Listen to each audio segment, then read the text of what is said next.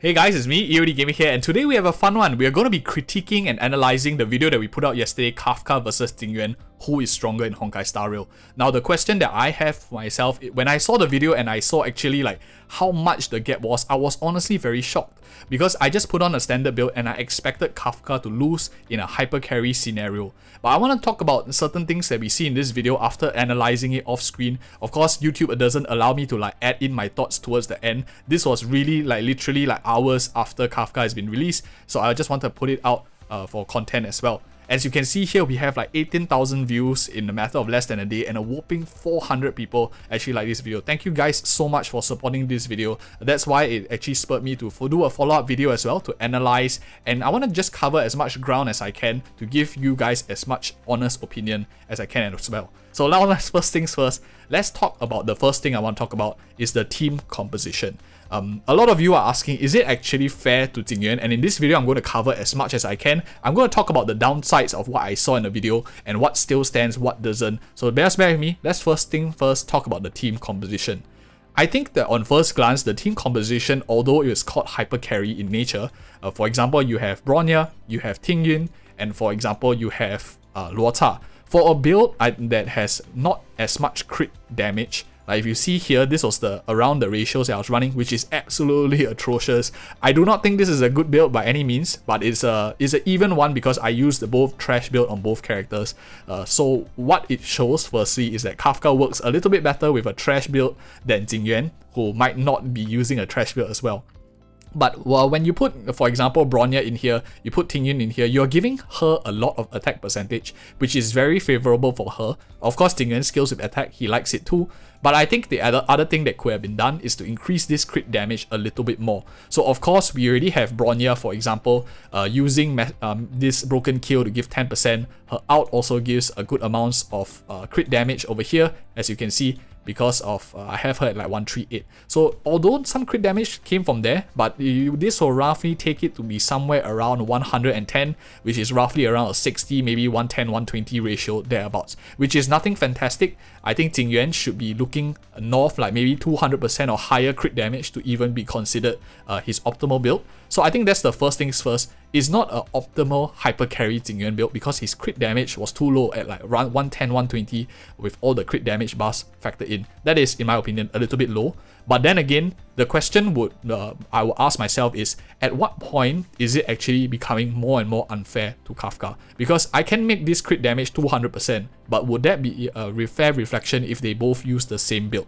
So that I think is the first question that I wanted to talk about the team composition seemingly favoring Jing Yuan too much. I think it was actually quite neutral in that sense because Kafka actually benefited a lot from the attack percentage scaling that my E1 LyouRika gave, that Bryan gives, as well as Jing Yuan gives as well. So that's the first thing.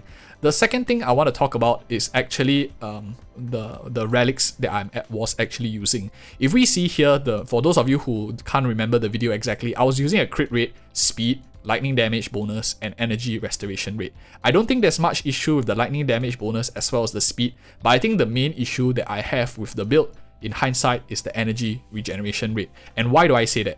Energy regeneration rate works really well for Jing Yuan if he doesn't have enough speed to get the max stacks on his lightning lot.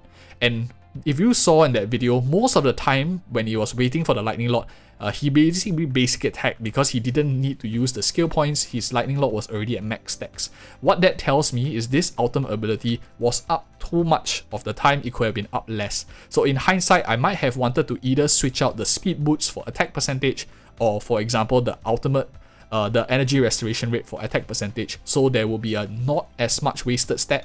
If you can see here, the build that we were running was like 1.5 plus, which was way too much speed. He was always at max stacks for lightning lot most of the time as well, which means that his skill points were either always lacking or he was basically attacking a little bit more than he should. I think that is one inefficiency that I only found out like later on when I watched the video again and thought about it for more time. Of course, when you're watching it and when you're creating it yourself, it's a little bit different. That's why I like to think about things a little bit more in depth. It has some time to think it through because that video was like posted like 4 hours after Kafka was released. Very, very quick to get information out to you guys as well. So that's the first criticism that I have. The second thing I want to talk about is actually this crit rate main stat. One of the major things about this crit rate means that is on surface, it seems to favor Jing Yuan a little bit more than Kafka, because Kafka doesn't care about crit at all, since she is, if it's a DOT character, she skills mostly off of attack percentage rather than a crit rate. That is not exactly fully true. That is purely favoring Jing Yuan. It does work well for him, but it also works quite well for Kafka. And the reason for that is, for low amounts of crit rate, every crit rate that you add is actually a lot more value than any other stat that you have. I did a crit ratios and what is the most optimal crit rate that you should go for your builds as well. You can check it out on the channel if you're interested, but basically the findings show that the first 50% of crit rate is insane value for any character in the game. And the one thing to know is Kafka, of course, still has a flat amount of damage that also is able to, for example, crit. Like these numbers here, they all do crit as well in the first instance. It's not as much as Jing Yuan's amount that he has, but it also does benefit her in some small way here and there. So it's not just to say that it's purely beneficial for Jing Yuan as well. So I want to just put that aside. So after talking about this, it's not as unfair as it seems to Kafka. The builds were actually roughly even. And I want to take a step back now, thinking about all those things into perspective, and now talking about the overall crit kit here. If we look at the stat line ratio here, this is not a perfect build by any means. I admit it is not a good build, and I should have made this like super god tier for each of them, but I will talk about that in a little bit. But one thing that I want to know is attack percentage build of a decent amount of attack but low amounts of crit rate and crit damage actually favors Kafka a little bit more than Jing Yuan. And the reason for that is Kafka is a character that scales more of attack percentage than crit rate and crit damage. Attack percentage is much easier to get. For example, Luota E1 already gave 20% crit rate, attack percentage. Bronya's buff also does give, for example, a certain amount of attack percentage, damage percentage. Jing Yuan also gives her own damage percentage, attack percentage, and stuff like that. And also a lot of energy, which was also in excess for Jing Yuan as well. So taking that in mind, Kafka actually met her minimum threshold to be very viable, because her attack percentage is a lot easier to get from other sources, which means that even though this build was trash, she was still viable because a lot of the supports that were in the hypercarry team still gave her the stats that she required.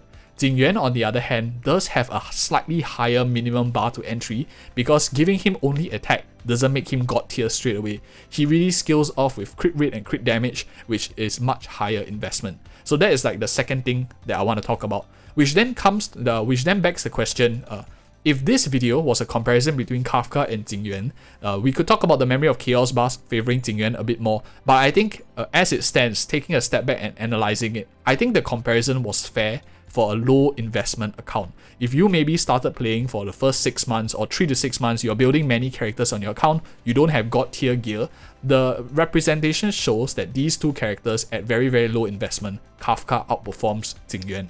What we need to know thereafter and figuring it out is, when we have like purely stacked like stats on him, for example like 100% crit rate, 300% crit damage, and 4k attack on Kafka, like fully maxed out gear with their perfect ideal teams, who then comes out ahead? For example, does Jing Yuan outperform or Kafka outperform? That is a question that needs more testing and more analysis has to be done. And that video that I put out is not to tell you that that is the final conclusion. There are limitations to it, but I think more important than not is to take the information and do more analysis on it so that we can form better opinions as a community for meta. And that video really wasn't meant to like divide the community to say Jing Yuan is mid Yuan, he's trash. I don't think so. I think that he works really well at very high investment as well, but that video is again at low investment. So I think that with that aside, and after our analysis, the last thing that I want to answer, and I'm also thinking to myself, would it then be fair if I were to say 300% crit damage is the optimal build for Jing Yuan, 4k attack is the optimal build for Kafka, and how much money, resources, and time is needed to get a character to 4k attack and 300% crit damage? Maybe one is lopsided. For all you know, why not 400%? Why not 250%? What is the exact ratio where it actually becomes fair? I think that is a very difficult question to answer, because it's 4k versus 250% crit damage fair, or it's 10k attack versus 300% crit damage fair. It's not as easy to form a ballpark. which is why I think that will take a little bit more time. But anyway, these are my honest thoughts. I've blabbered enough. And if you appreciate such honest content, I'm really doing this to follow up with you guys because of the overwhelming support on the channel as well recently. Thank you so much for watching, and check out these other videos which I think you'll be very interested in as well, and see you in the next video.